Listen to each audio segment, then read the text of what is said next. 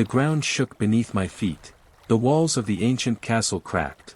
I could hear the screams, frantic, desperate. And then, silence. I didn't know what had happened.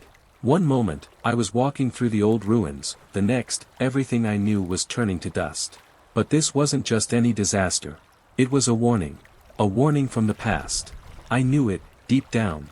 There was something hidden here, something so powerful, it could change everything. I had no idea what I was walking into, but I knew I couldn't turn back now. The kingdom was about to reveal its darkest secret. I was always told that the kingdom was lost, just a myth. The stories, the old maps, the warnings from the elders, it all seemed like nothing but old fairy tales. But then I found the letters. Hidden in a dusty chest, buried deep in the castle's old library, I found the first clue. It wasn't much, just a few lines, scratched out in a hurry, but it was enough. It said that the kingdom had fallen, yes, but not in the way history told it. The truth was buried deep beneath the stone foundations, locked away where no one could reach it. I should have stopped there, but curiosity got the better of me. I couldn't just walk away. The letter spoke of an artifact, something powerful enough to reshape the world. And for reasons I couldn't understand, I felt the need to find it. As I stepped deeper into the ruins, I could feel it, something watching, something waiting. The air was thick with the weight of history, and I couldn't shake the feeling that I wasn't alone. The first door I opened led me to a long hallway. The walls were covered in faded tapestries, depicting scenes of battles, kings, and queens. But there was something wrong about them. The eyes of the people in the paintings, they seemed alive, following me as I moved. I brushed it off as a trick of the light, but I couldn't help the shiver that ran down my spine. At the end of the hall, I found it, the door. The one I had been looking for. It was old, covered in rust, but the strange symbols on it were unmistakable. They matched the ones in the letter. I wasn't sure how, but I knew this was it. This was the key to everything. I hesitated for just a moment. My hand hovered over the door handle. I could hear my heart pounding, and for the first time, doubt crept in. What if I was wrong? What if opening this door unleashed something terrible? But before I could think it through, I heard a noise. A soft, almost imperceptible sound from behind me. I spun around, my breath catching in my throat. Nothing. Just shadows. But that was enough to push me over the edge. I had come this far, and I couldn't stop now. I turned the handle. The door creaked open, revealing a dark chamber. The air inside was stale, thick with the smell of old wood and dust. As my eyes adjusted to the darkness, I saw it. At the center of the room was a pedestal, and on that pedestal, a small, ornate box. It gleamed in the dim light, as if beckoning me to approach. I stepped forward, my steps echoing in the silence. The box was heavier than it looked, and as I reached for it, a cold wave of dread washed over me. I wasn't alone anymore. The silence was gone. Suddenly, the floor beneath me began to tremble again, but this time it was different. This wasn't just the castle settling. It was something more, something ancient and angry. I grabbed the box and took a step back, but the ground cracked wide open before I could escape. A blinding light erupted from below, and I was thrown to the ground. When I opened my eyes, the room had changed. The walls were now covered in symbols, glowing faintly. The pedestal had disappeared, and in its place, there was something else, something alive. I didn't know what I was seeing. It was like something from another world, an ancient, twisted form of magic. The creature before me didn't belong in this world. It was like a shadow, constantly shifting, and it spoke in whispers, voices from every corner of the room. "Release it," it hissed. "Set it free." I didn't understand what it meant. Release what? But then, I felt it, the pulse of power, deep within the box. It was calling to me. I didn't want to open it. I couldn't.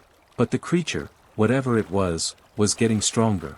The box shook in my hands, as if it had a life of its own. The whispers turned to screams. Desperate, pleading. I didn't know how much longer I could hold on. With a final, involuntary breath, I opened the box. The world around me exploded. The ground shattered, and the walls of the castle crumbled. The light consumed everything. I could hear the creature, its voice mingling with the chaos.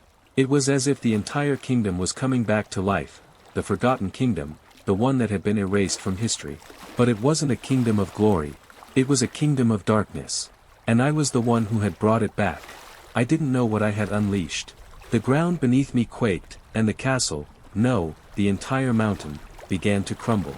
The creature's form twisted and writhed in the air, its shadow stretching across the ruins like a living nightmare. And then, silence. I was lying on the cold stone floor, gasping for air. The box was gone. But something worse had taken its place. The air was thick with power, dark and suffocating. I didn't understand how, but the kingdom was alive again. Its curse, its torment, everything that had been buried for centuries was now free. I had made a terrible mistake. The stories, the legends, they hadn't been exaggerations. The kingdom was more than a place, it was a prison, a forgotten hell, and I had just cracked it open. I stumbled to my feet, my mind racing. I needed to get out. I needed to warn everyone before it was too late. But as I turned toward the exit, I saw it. In the distance, just beyond the castle's shattered walls, there was a figure standing in the ruins. The figure didn't move. It just watched. I had no time to think. I ran, the adrenaline pumping through my veins. But no matter how fast I moved, the figure stayed with me, always just out of reach. It was as if the kingdom itself was watching me, making sure I would never escape.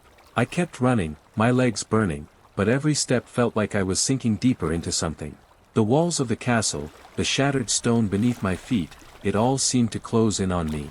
The sounds of my breath, of the crumbling walls, were the only things I could hear. But then, there it was again. The whispers. They were no longer distant. They were right behind me. Run, while you still can. I froze. The voice was clear now. And it wasn't just in my head. It was in the air, in the very ground beneath me. The kingdom had a voice, a presence. And it was speaking to me. I turned to face the source of the voice, and that's when I saw it, the figure, now much closer. It was a man, dressed in tattered royal robes, his eyes empty, as though something terrible had consumed him long ago. You opened the box, he said, his voice barely a whisper. Now you must finish what you started. I didn't understand. What was he talking about? Finish what?